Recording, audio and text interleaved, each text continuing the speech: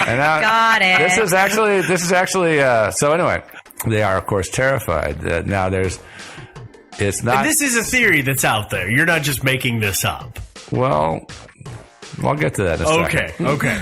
Okay, so it's unknown whether the chupacabra emitted a hideous cackling laugh or not. But what is similar known, to the one we just heard. yeah. But what is intentionally speculated is that at that moment the chupacabra, without even asking if it was okay, pulled out a cigar and lit it. Now, we all know about the dangerous effects of secondhand smoke. I have your answer, Steve. So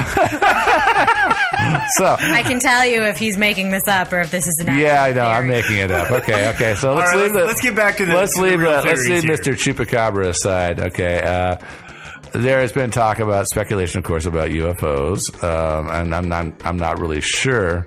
So what's the background? I mean, what have you found that people have said supports the UFO theory? I haven't found anything to support the UFO theory. I mean, the radiation, but I don't really think that that's supported by the evidence. And See, now I've seen stuff that said that people had reported for months that they had seen weird orange glowing lights. Yeah. And that there was another group that was out at that same time 50 miles away that had seen an orange light flying around in the direction of the mountain that they were on that very same night. Yeah. And so the speculation could be that a UFO shows up, little green men pop up in their campsite, and they flee in terror. But the problem I have with this theory is that it's 25 degrees below zero. And so I've got to say, if I have to choose between the possibility that the little green man is going to eat me, which is just a possibility, and the certainty that if I run off into the Arctic cold with my no clothes on, that I'm going to die, I'm going to hang out and see what the little green man's intentions are. I mean, it's not feasible. It's not, to me, it's not credible. Okay, so I want to run down this path. Well, yeah, let's do There's it. some research that I came across that I'd like to flesh out on this supposed UFO sighting in the area. Yeah. And I don't have the location markers to reference on this article that I found, but I think it was at the time they were testing it was a nuclear missile. The R-47 is what I want to say it was called. And they were launching it from a site that, if you were to look at it on a map from where this other camp 50 miles away was, where this group of skiers was at, and then the launch point sent it directly across all of them to what was known as a testing ground for nuclear missiles. So it's very valid that this other group said, we saw this strange orange light in the sky. You're right. It was a rocket. Yeah. It was the biggest rocket you had ever seen, and they had no idea because it didn't have any running lights. So all they see this orange glow. Whoa, yeah. It's this rocket, obviously in very, very low orbit because it's going, let's say, a couple hundred miles only to then explode, and they're going to test it. So that's why this other group of campers thought they saw this strange glow. Yeah. Was a nuclear test. Yeah, not even a nuclear test, just a rocket test. I mean, I'm sure they didn't have a warhead on that thing. They just It was a testing ground that they were shooting it. It could easily have been that. I mean, the thing about UFOs is there's all kinds of stuff flying around up there. I mean, there's airplanes and helicopters and rockets and meteors and all kinds of stuff. Other theories. Let me see. Did I talk about the chupacabra? Yes. Oh, okay, I did. Okay. All right. Yeah, it's always a damn chupacabra. The other theory is that they were confronted with some hideous something, God knows what. There was that talk about, why would they leave? Why would they flee their tents? They've without footwear, without their parkas, without all kinds of stuff. Why would they do that? Well, and unless correct me they if I'm were wrong, they cut their way out of the tent. They did. There was evidence that they cut their way out from the inside. Okay. And then fled in terror down the hillside from whatever hideous unknown thing it was. and then tore a bunch of branches off this tree, trying to climb the tree to get away from whatever this thing was. But of course, there was a campfire right there they had tried to build. So I mean, I think that it's pretty obvious the branches were torn off because they were desperately trying to get as much firewood as they possibly could to get a fire going. Well, and correct me if I'm wrong, but the two that were found at the tree, that the first ones to die, weren't their hands completely mangled from cold and then trying to break wood off, and they cut the holy heck out of themselves and tore their hands to pieces. Yeah, and one version of this of the story's telling, they tore their hands to pieces because they were that scared of whatever it was that was after them. But really, more likely, they tore their hands to pieces because they were that desperate to get some firewood right damn now. Right. I think it's really what it was. Right. And so, and of course, the weakness of that theory too is it just speculates that some hideous unknown. Well, and there were was still in the pursuit. footprints. Yeah, exactly. This hideous creature. Which lends credence to the chupacabra theory. Well, this hideous creature left no footprints. Yeah. Isn't there also, and I think that you briefly mentioned this, which is also falls apart in the face of no footprints, is the fact that the local natives that were blamed for, in one version of it, were blamed for killing them. There was no other people footprints, so where were they at? Exactly. B, those people, that same tribe, helped in the search for them. Yeah. And again, in the tellings that are fantastical about, well, it's the Yeti or whatever it is, well, that creature punched them and broke their bones. Yeah, because well, the Yeti if it was is so people strong. doing it, it was too much force for a human to have exerted on another human without leaving like repeated beating marks or something. So, but again, this is all debunked by the fact that there simply are no footprints, no physical evidence whatsoever that any of this happened, and frankly, motive is kind of missing. Well, what theories have you come across about why her tongue was gone? Small animals, or medium-sized animals, for that matter. Large animals. My theory is that they died. The big mystery for me is this, like, first, why did they flee their tents? Because I think the timeline, I can totally understand the motives, right? You're building a fire, you're cold as hell because you've got hypothermia. Some of you are in certain states of more undressed than others, so some of you are like, all right, the threat is gone, we're going to go back up there, freeze to death on your way up or whatever happened to them. The other ones freeze down here, everybody's just trying to survive. And then an avalanche comes along, kills these last 4 people in this ravine. They fall into a ravine or whatever. Yeah, they're killed by an avalanche. I suspect an avalanche. That's and possible. Then a small, she dies with her mouth open. Yeah. A small animal comes along and is like, well, that's an easy thing to eat. Yeah, exactly. And just gnaws it out of her mouth. Yeah. The rest of her is frozen. I'm not sure about the avalanche. Like, for example, I came across a site that supposedly debunked all of this stuff and said the shredding of the tents, for example, was consistent with just an avalanche. But the fact of the matter is they found the tents. And so if they'd been smeared by an avalanche, I don't think that they would have been found ever. Yeah, that was kind of my thought at the beginning, was that they heard an avalanche coming, so they, bailed. Yeah. But it was my original understanding of this story. I had never heard the part about the fire down below, that they had survived whatever they originally fled. It was my understanding that in the flight, everybody died in some... No, actually, some of them survived for a while. For a while, yeah. So it was my understanding that I was like, I always thought, well, this is obviously just an avalanche. It could have torn the tents up a little bit. It could have been smaller up there and gained, Well, one of the... I actually have got to say that personally, the avalanche makes the most sense to me. And let me flesh this out. Sure. Okay.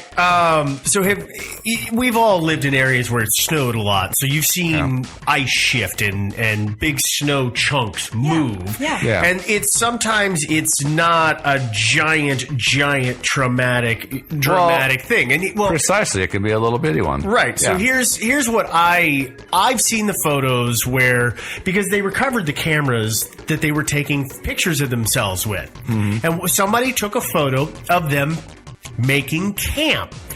They didn't set their tents on top of the snow. They dug into the snow. They dug in what looks like a good 2 to 3 feet. Which you do, yeah. Which you do. Okay. There hadn't been any heavy snowfall in that area for a couple of weeks. So now it's evidently been, I'm guessing, relatively for the area temperate weather, and now we get more snow. What happened to me would be that it wasn't a massive avalanche like you see on television, but more of this huge, let's just say 500-meter chunk of ice that's buried down suddenly shifts and drops a couple of feet and shakes everything up and scares everybody, and snow piles up and their tent kind of gets buried, so they have to cut their way out. Exactly. That was my theory too. Okay. That's why it's not a massive avalanche, but it's enough movement to get everybody in a panic where I don't want to take time to put all my clothes on. Oh gosh, the big one's coming and we gotta get out of here. I guess I just think that, like, in that circumstance, if they're at all seasoned mountaineers of any kind, especially in Russia, right, where it's cold as hell, you grab something. You grab a parka, you grab your boots, you grab your sleeping bag. Well, and that's easy to say, but in the panic of the moment, you're right. You just go. But you know that is the thing too. Is I was speculating it was exactly what you were talking about. Their tent got a little bit buried to where they had to hack their way out of it.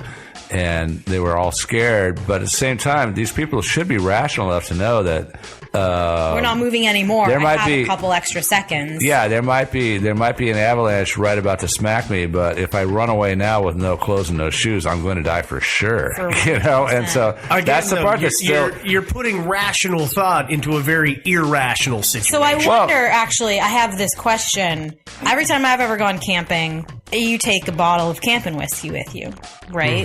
Do you take or if you're in Russia, maybe a bottle of vodka, whatever. Yeah. So I don't know if they were inebriated at all. They had made camp for the night. Maybe they were, having a drink or two. I think that if I were a little drunk, woke up to what I thought was an avalanche, I would be more prone to believe that these people would just bail. Because I think that, it's my impression that when an avalanche comes, you can kind of hear it coming. So if everything is still and quiet, you cut your way out and you're like, gosh, it's cold. And I don't hear anything. I don't see anything. You kind of assess your situation. And I have been in situations in the outdoors of survival before, just personally. And I know that if you were at all trained, if you're at all seasoned, the first thing you do when you're in that situation is to take the 5 extra seconds to analyze your situation, unless you're drunk. Yeah, exactly. Right? It's built in. It's second nature for you to take that extra 5 seconds to say, am I in absolute immediate danger, or am I, screwing myself over in the future? And, that's really all it takes. And I don't know, avalanches happen really fast, and that's totally fair. Yeah. But I think that if they had any kind of experience with this, they would know well enough, in my mind at least, they would know well enough to just say, I'm grabbing something. Yeah. A backpack. You would think. Something, you would think. I mean, it's also possible that if their tent got buried for a while, then they were buried under icy snow, then they were already, by the time they cut their way out, experiencing hypothermia on top of being drunk. Right. So that might have interfered with their thought processes just a little bit. But what it does appear that they fled in panic, probably because they thought an avalanche was coming. They ran down. They tried to build a fire, and they built a fire. They succeeded in that, but then they realized, fire or not, they were screwed unless they got back and got their stuff. 3 of them headed back up the hill, never made it. And those 3, when their bodies were found, they weren't found together. Yeah. That's why they didn't, when they initially found the camp and then they found the tree, they didn't find those 3 bodies along the way. Those 3 people were 100 meters apart or something. Yeah, they probably are. Right? They were spread out. One dropped and we gotta go. Going, and I gotta go. And then, finally, fall down and can't do it anymore. Which were the 3 three that were found, were one of them... One of them was Dyatlov. It was? Yeah, one of them was Dyatlov. So that lends some credence to that theory. If, if the guy who's leading it, who's probably the most clear-minded, says, all right, it's me and, like, you two. And we got to go. And you guys stay here and keep the fire going. And tear branches off the tree, by the way, and keep it going. And then as for the other ones, apparently they had taken clothing articles off the people that were left there by the campfire who were wearing their underwear. So they must have all found each other. But then these guys, I don't know why, took off. Wound up, I think, in my opinion, if you're thinking about an avalanche as possible, it's also possible they just fell into a ravine and sustained, massive traumatic injury. Well, that's the thing with ravines, especially when they're snow and ice covered. You don't see them, especially in the dark. Yeah. Yeah, I guess, okay, and then again, I'm just going to keep poking holes in these theories, right? Is that I know mountain climbers, and the way you go anywhere is you go in a single file line. Mm-hmm. Right? So, like, you're walking behind Ivan there, right? And he goes down. You're not going to be like, well, I'll just keep walking, right? Because he's just, like, died. Yeah, unless your mind is fuddled from hypothermia. Which is always possible, too. I just keep forgetting the hypothermia. Yeah. Well, I mean, think about it. What's the best way to prevent hypothermia? You huddle together and you hold and you share body warmth. So if you're trying to ford through the snow and you're bunched up together and one person falls and you're all tangled together, you'll all go over. That's a good point, too. You're knotted together. That's entirely possible, too. Yeah. So anyway, any other thoughts, you guys? No, I personally, I lean towards the avalanche idea.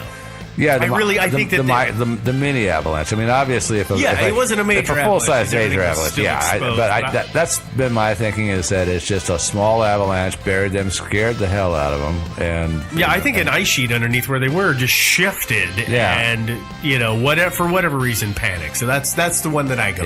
I'm willing to accept that with the added caveats of either alcohol or they were already experiencing hypothermia a little bit. Yeah, from being cold buried. Cold. Exactly. I still don't understand why they were sleeping in their underwear, but that's I guess when you're camping out in the freezing weather, I understand that you take your shoes and socks off so you get good circulation when you're in the sleeping bag. You keep your long johns on. But you keep your long johns, and heck, when it's really cold, I will sleep in pants and a shirt or two. So I don't understand they were not in the regular clothes. So I can That's tell really you weird. What my theory is to add to your theory. Yeah. My theory has to do with the events prior to them going to sleep. They had dinner, right? Do you think they were having an orgy? I think they were having their drinking vodka. I think they got drunk. Yeah. And when you're drunk, and you're with a bunch of people, what do? Take your clothes off? Sometimes. Some people do. Yeah. If you're getting drunk, or you get in and you're suffering because you get your hot flashes or whatever, you get in your thing and you take off your clothes because it might have been strip poker. Who knows? Who knows? But I think that I suspect heavily that there was some kind of alcohol involved. And even if they were taking clothes off, it was getting colder. They weren't feeling it because of the alcohol, and then they weren't feeling it because of the hypothermia. Yeah. One of the symptoms of hypothermia is that you actually think that you're hot often, so you start to peel clothes off. Well, anyway, severe hypothermia.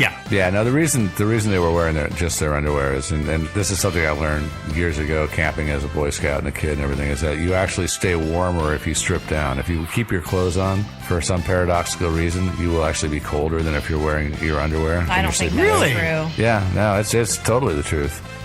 That's weird. That goes against everything I've ever learned in survival training. That's true. I mean, all right, well, you two can hash it out later. That is, that's a whole subject for another episode. I think. I think it might be. That is that was at least back, 2-3 decades ago. That was the accepted wisdom, is that you will stay warmer if you strip down to your shorts than if you keep all your clothes on. So that's my speculation as to why they were in their shorts. Okay. All right. Okay, so mystery solved. Yay! Congratulations, you guys. Good job. All right. Actually closer than we usually get. Yeah. Yeah, I think this one is not exactly open and shut, but I think we came close to it. So anyway, if you'd like to contact us, and I know you do, our email address is thinkingsidewayspodcast@gmail.com. If you'd like to check out our website, it is thinkingsidewayspodcast.com. Anyway, check out our website for lots of links on it. It's got links to the show, and lots of other unsolved mysteries out there if you haven't listened to us before. Okay, and also a shout out to Andrew, our listener, who suggested this topic for tonight. Yeah, thanks again. This was a good one. I know when we talked about it before, I hadn't heard this one, and this was definitely a really interesting one. You know, it was actually an amazing coincidence. I stumbled across this like a week before we got the suggestion from Andrew, and then that was like the first I had ever heard of it. An interesting little mystery. Yeah. Which, of course, we solved. So, yeah. You know. I like getting, listener suggestions. Yeah, absolutely. I think it's great. People find things all the time that we don't know about. Yeah. And I love to hear from folks. I mean, we've gotten stuff before, so it's great. Absolutely. And Andrew, after you've heard what we have to say about it, if you think we're full of it, we'd like to hear from you again. Please. Yeah. Anyway, that's it for now. I'm Joe. Goodbye. Bye. Bye-bye.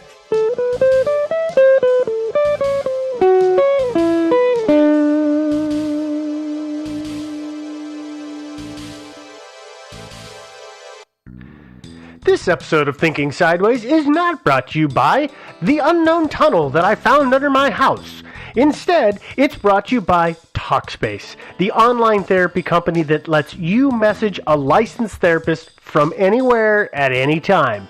Now, having a hard time imagining fitting another appointment into your life? Well, with Talkspace, therapy is as easy as sending your therapist a message. There's no commuting, there's no leaving the office, and most importantly, there's no judgments. To match with a perfect therapist for a fraction of the price of traditional therapy, go to Talkspace.com/sideways and use the promo code SIDEWAYS to get $45 off your first month. That's Sideways and Talkspace.com/sideways. TALKSPACE.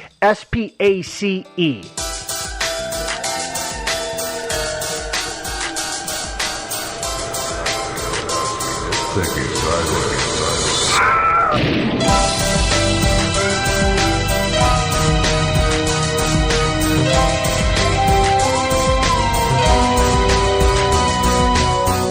Well, hey there, and welcome again to another episode of Thinking Sideways. I am Steve, as usual, joined by... Devin. Oh!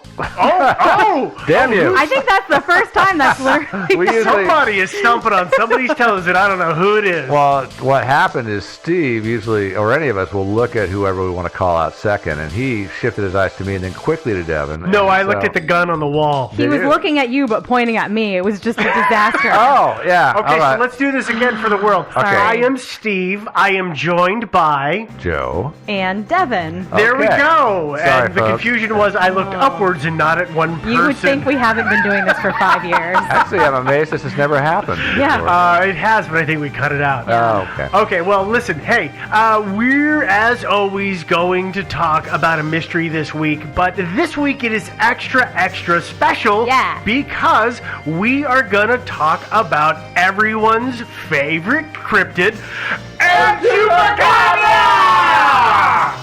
So, as always, this is a listener suggestion, but the Chupi has been suggested by each and every one of you at some point, just imagine I'm saying your name right now. Yeah, here it is. Yeah, we are saying it. Yeah. Yeah, that was your name right there in that little blank spot we left. Yeah, in our heart, we're saying your name and your name only. Now, hey, normally what we do is we jump right into the story, but we're not going to do that because, listen, there is some important information that we want to share with you, news about the show, but we're going to save that till the very, very end. And for those of you who are chronic fast forwarders, once the theory section is closed, don't do that. You don't want to listen to that. We've been shaming you for years for doing that, but stop doing that. But today, especially, don't do it. Yeah, don't. Yeah. Okay, so that having been covered, shame doled out appropriapritely, let's talk about our dear friend Chupi. Yeah, the Chupinator. By the way, did I forget to mention this is our 5-year anniversary? You did. It is. Oh, that's right. I did forget. You did forget. It's our anniversary. It is. You forgot the anniversary. You're in the doghouse, mister. Yeah, you are. Well, I forgot to mention it. Not that I forgot it. What? Don't You make me feel forgot bad it. about this, Joe. Stop it. Okay, so let's talk about our dear friend, the Chupi. Yeah.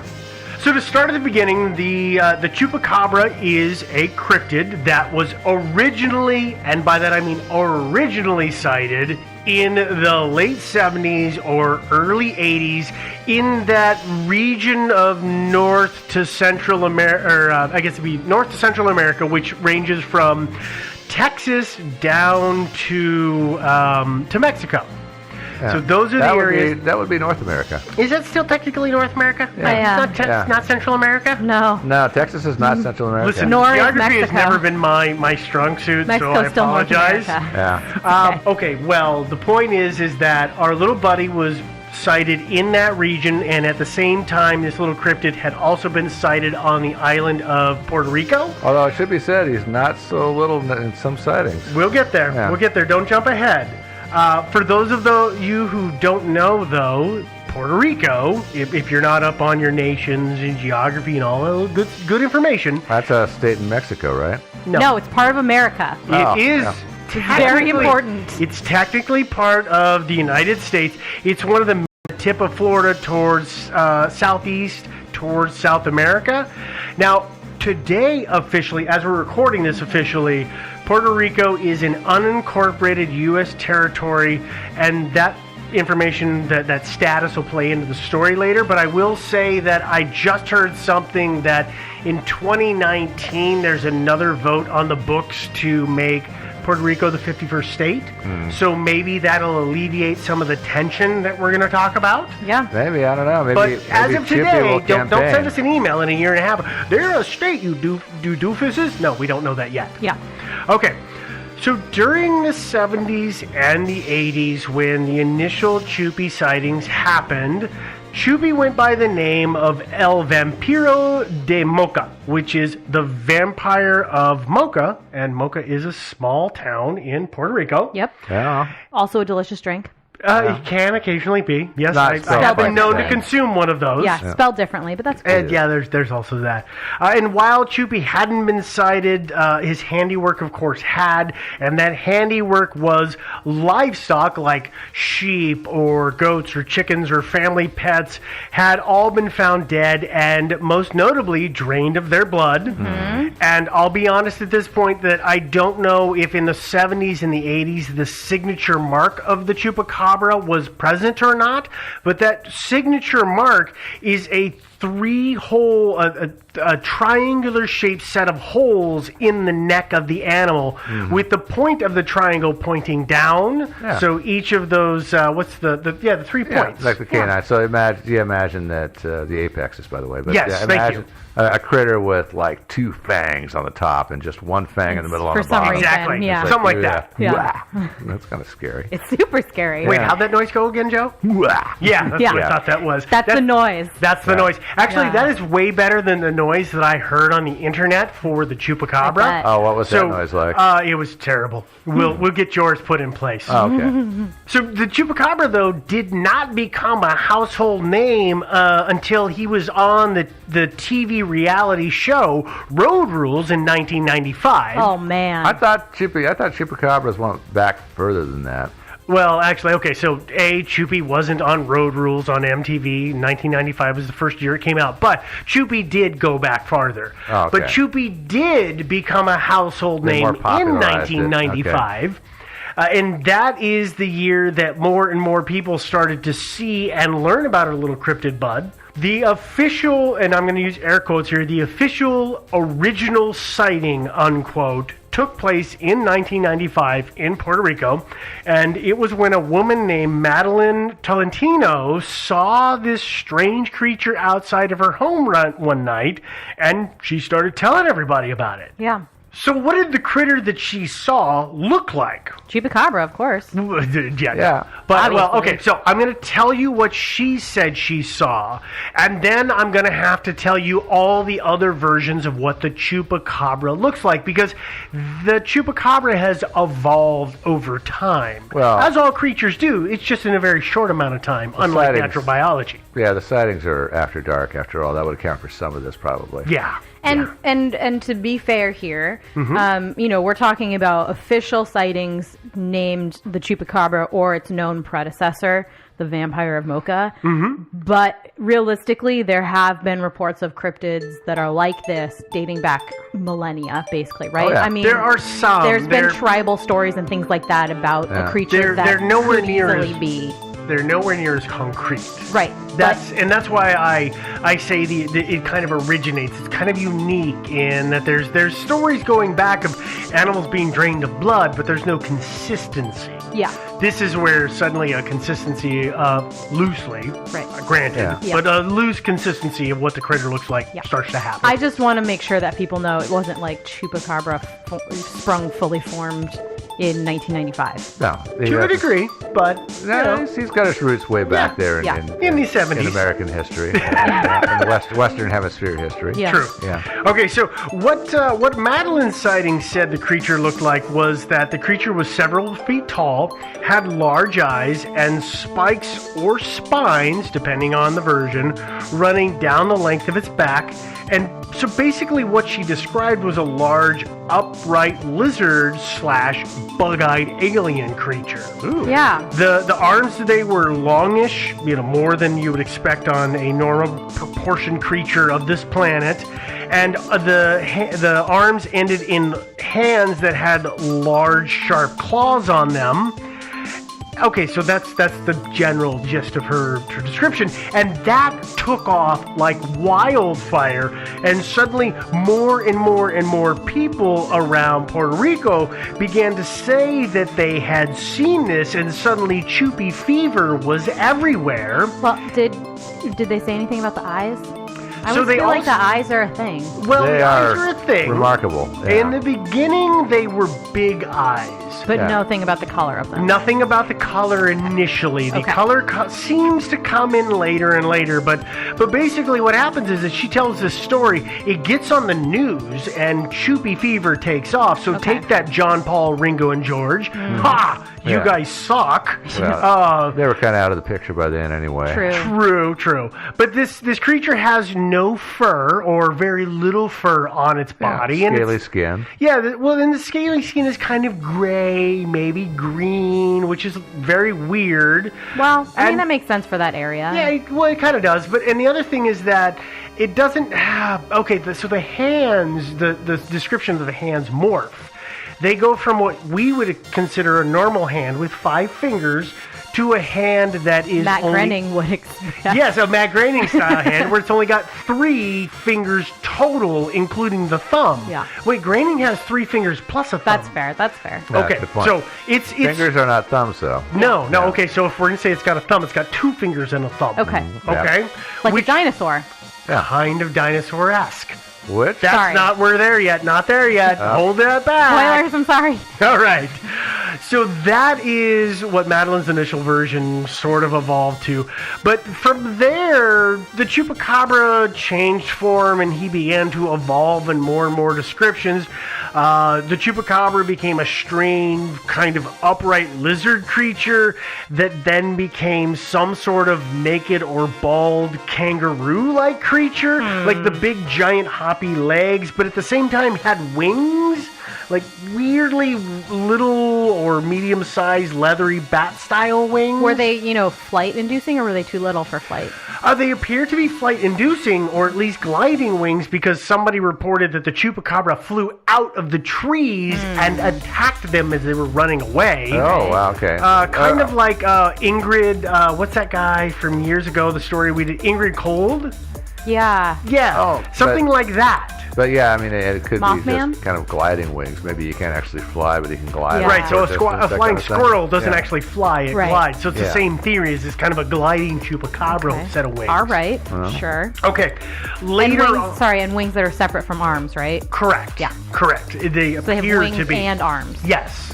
Gotcha. From there, the creature would morph again into something that is more of a dog-like form. And sometimes this dog would stand on 2 legs, sometimes it would stand on 4. When it was on 4, it could be standing up to 4 feet high. A 4-foot tall dog is a big dog. Oh, Big. well, hell yeah. Yeah. Now, if it's a dog standing up on its hind legs and it's 4 foot high, well, that's your average, Chihuahua on steroids. So that's not so big. But still, yeah, I know I'm joking. Don't give me that look. But